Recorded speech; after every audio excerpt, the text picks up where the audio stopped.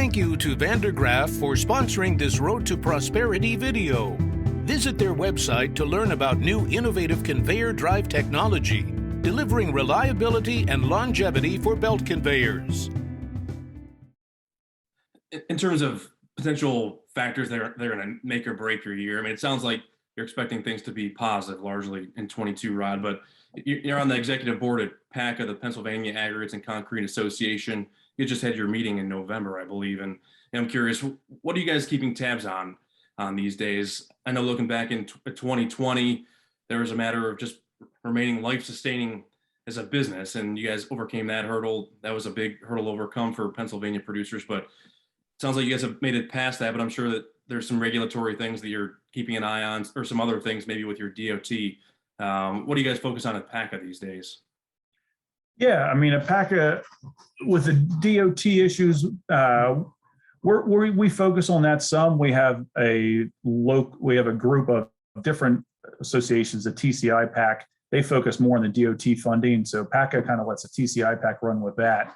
One of the biggest issues we have in Pennsylvania with funding is like $700 million a year out of our motor license fund goes to fund the state police.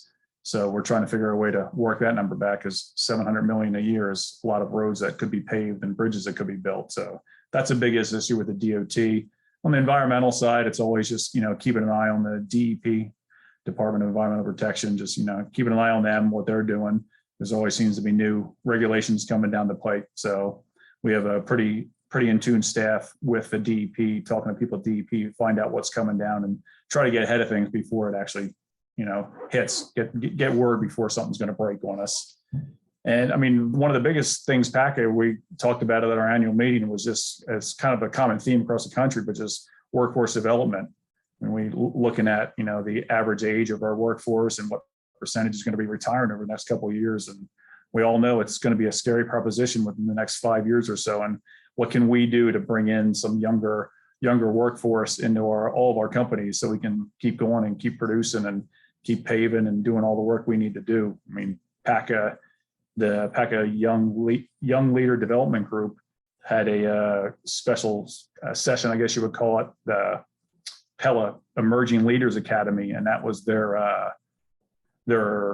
program they worked on, was a workforce development program, and they had a good program they put together and laid out at the meeting, basically saying, this is the age of the Pennsylvania workforce. This is what's going to happen. How are we going to get ahead of it? So that's I think on top of everybody's mind. Is just we need to keep attracting new, younger people into our companies, so we can all keep moving forward. You're touching on a problem, Rob, that it's one I hear about all the time, state to state. It doesn't matter. Everyone's trying to solve this, and I've been in the aggregates industry for almost 10 years now, and I feel like we've been talking about it as long as I've been around, and probably beyond that. At this point, do you feel like you guys are coming up with any solutions? Are you making any headway on closing that worker shortage gap? Or do you feel like the problem maybe has gotten a little bit worse in recent years with retirements and moving away for other reasons? Yeah, I don't know if it's gotten worse. It's just something that it's really coming to a head. The whatever the group they call that group, the baby boomers or whatever. Everybody knew the big retirement was coming, and then I think with COVID being there, it might have pushed a lot of people out of the workforce sooner than they thought. So, I mean, it's really on, it's on all of us as business owners to figure out a way to attract the workforce in, because you don't want to have this much talk about a workforce development shortage and give the DOTs, not only Pennsylvania, but anywhere, like, look, these guys can't handle all this money. Maybe we won't release as much work. So it's really on us internally. So, I mean, at our company, fortunately, we've been fortunate over the past year or two. All of our new hires have been younger people.